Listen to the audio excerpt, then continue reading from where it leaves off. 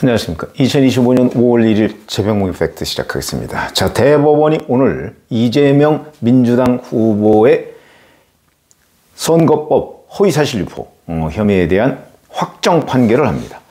확정이 될지 아니면 파기환송으로 또 추후 절차를 더 거쳐야 될지 뭐 이런 점들이 굉장히 관심인데, 팩트하고 그 다음에 각종 설들을 함께 모아서 분석을 해드리겠습니다. 팩트는 팩트대로, 설은 설대로.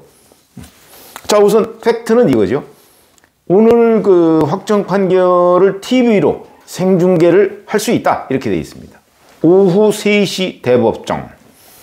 원래는 이제 전원합의체 판결은 대법원 유튜브를 통해서 실시간으로 공개를 했었는데, 이번에는 TV 생중계도 허용한다. 그만큼 뭔가 하나의 전범을 만들어야 되겠다.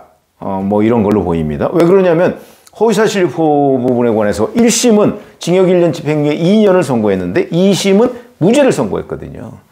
자, 그런데 이게 아주 논란이 많습니다. 그러니까 공직선거법상의 허위사실 유포 부분에 관해서 앞으로 이런 기준으로 판단을 해라 하는 것을 명확하게 전원합의체가 지금 설정을 해주는 것 아닌가. 그러기 위해서 전 국민 앞에 공표를 하는 것으로 해석을 할 수 있다. 이걸 가지고서 뭐 이런저런 또 여러 가지 의혹을 제기하고 뭐 그런 건 있는데, 그런 건 없는 거로 보입니다. 오늘 이재명 피고인이 법정에 출석하느냐? 출석할 의무가 없습니다. 원래 법률심이기 때문에. 그래서 아마 오늘 이재명 피고인은 법정에 나오지 않을 것으로 보인다. 이것도 팩트이고, 대법정은 한 160석 규모입니다. 대법원 2층에 있고요, 서초동. 일반인 방청석이 총 73석. 그래서 오늘 오전 9시부터 오후 3시까지 방청 신청을 받아서 채워지면 더 이상 못 들어가는 거죠. 자, 이 내용은 혐의가 분명합니다. 대장동 핵심 실무자인 김문기 전 성남도시개발공사 처장을 이재명 당시 성남시장이 알았느냐 몰랐느냐. 그 다음에 백현동 용도 변경 4단계 상향, 이게 국토부의 협박으로 이루어졌다는 이재명 피고인의 주장이 허위사실이냐 아니냐. 이 두 가지죠. 1심에서는 징역 1년 집행유예 2년, 김 씨와 골프를 치지 않았다, 백현동 협박, 이 두 가지가 거짓말이다. 그래서 이렇게 했고, 2심은 아니야, 이거는 허위로 볼 수 없다, 단순한 의견 표명이다, 이렇게 해서 무죄를 선고했어요. 자, 그러면 이제 가장 궁금하신 대목, 어떤 결론을 낼 것이냐. 여기서부터는 이제 설입니다, 설. 근데 이제 이런 건 있습니다. 어제 법사위, 국회 법사위에서 민주당 의원들이 대법원 법원행정처를 추궁을 했습니다. 뭔가 좀 불안감? 이런 것들이 있었던 것 아니냐. 이렇게 우리가 유추를 해볼 수는 있지만, 단정적으로 얘기할 수는 없는 거죠. 박균택 민주당 의원, 여기 대장동 변호사죠. 전원합의체 사건 배당 9일 만에 2심 무죄 내용을 뒤집을 경우 표적을 두고 일부러 유죄 판결을 준비한 것이라는 오해를 받을 만하다, 이렇게 주장을 하니까 천대엽 법원행정처장, 천대엽 법원행정처장은 대법관이기는 하지만 이번 판결에는 관여를 안 합니다. 이렇게 답변을 했습니다. 3월 27일 검찰의 상고장 제출부터 따지면 선고일인 5월 1일까지 상당한 시간이 있다. 내규에 따른 것이다. 이렇게 일축을 했고요. 무슨 유죄 판결을 준비해서 이런 거 아니다, 이렇게 일단 부인한 거죠. 그 다음에 김승원 민주당 의원, 여기 판사 출신입니다. 항소심에서 공소장 변경으로 1심이 직권 파기됐기 때문에 1심 판결문은 없다, 이렇게 주장을 합니다. 그럼 2심에 힘이 실릴 수밖에 없다, 이렇게 주장을 하고요. 두 번째는 이렇게 선고일이 빠르다는 것은 12대 0으로 상고 기각이 될 가능성이 높은 것 아닌가 싶다, 이렇게 주장을 했습니다. 그 다음에 민주당의 박수현 의원, 여기는 법조인은 아닙니다만은 대법원이 굳이 부담을 지면서 파기환송 등 중대한 현상 변경을 하지 않을 거로 보기 때문에 낙관적으로 보고 있다, 이렇게 주장을 했습니다. 자, 반면에 국민의힘 법률자문위원장 주진우 의원이죠. 여긴 검사 출신의 법조인입니다. 뭐 파기자판은 없다고 자꾸 얘기를 하는데 몇 년간 안 해왔으니까 이번에는 파기환송 가능성을 높게 본다. 뭐 이렇게 파기환송을 주장했습니다. 역시 법조인인 한동훈 대선 경선 후보, 대한민국의 사법정의 시스템에 희망을 걸어보겠다. 김문수 후보 캠프 선대위원장, 윤상현 의원 페이스북에다가 법리와 상식을 모두 따져봐도 유죄라는 것이 법조계 다수의 공통된 견해다. 이렇게 이제 주장을 했는데, 자, 그러면 저도 뭐 여기저기 알아봤습니다만은 그야말로 설들만 돌아다닙니다.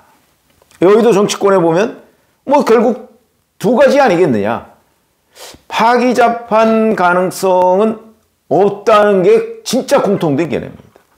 왜? 지금까지 그러니까 2심까지 해서 예를 들어서 유죄를 선고한 거를 대법원에서 무죄로 파기자판한 경우는 있었습니다. 왜냐하면 무죄라는 거는 별도로 형량을 설정하지 않죠. 대법원은 형량을 설정하는 것이 아닙니다. 법률 적용이 잘 돼 있느냐 잘못돼 있느냐만 따지는 거지. 그러니까 2심까지 해서 뭐 징역 어쩌고 돼 있는데 그거 무죄야. 이건 법 적용이 잘못됐어. 이런 거는 가능한데 파기자판이.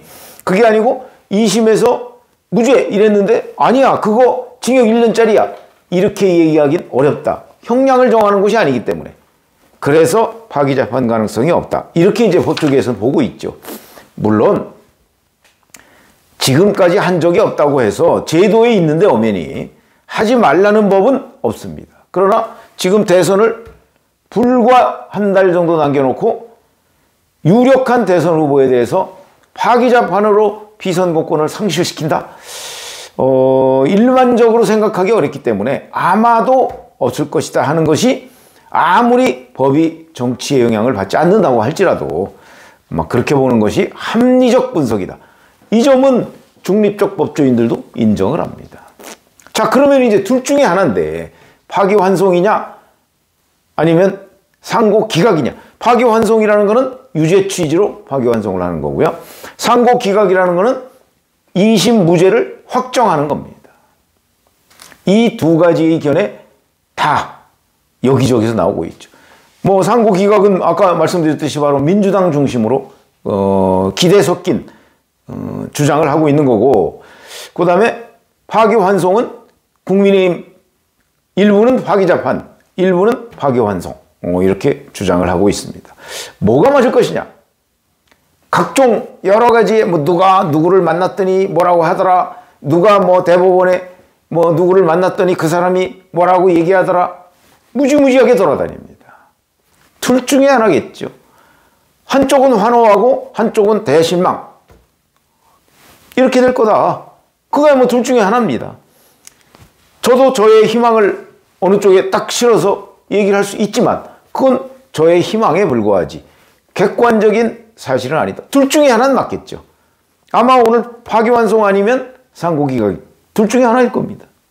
왜 그러냐면 지금 이번 판단에 참여하는 대법관이 12명이거든요.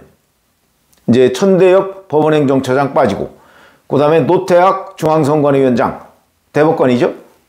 본인은 이제 중앙선거 관리를 해야 되기 때문에 곤란하다 그래서 본인이 회피를 했습니다. 그래서 빠지고, 그 14명 중에 12명. 그럼 6대6이 되면 어떻게 하느냐? 그렇지 않습니다. 대법원장은 판단에서 빠지거든요. 그러면 판단에서 빠진다는 게 11명이 결정을 해서 6대5가 되지 않겠습니까? 그러면 6명 쪽의 대법원장은 다수의 견해에 손을 들어줍니다. 결국 7대5가 된다는 얘기죠. 그렇게 되면.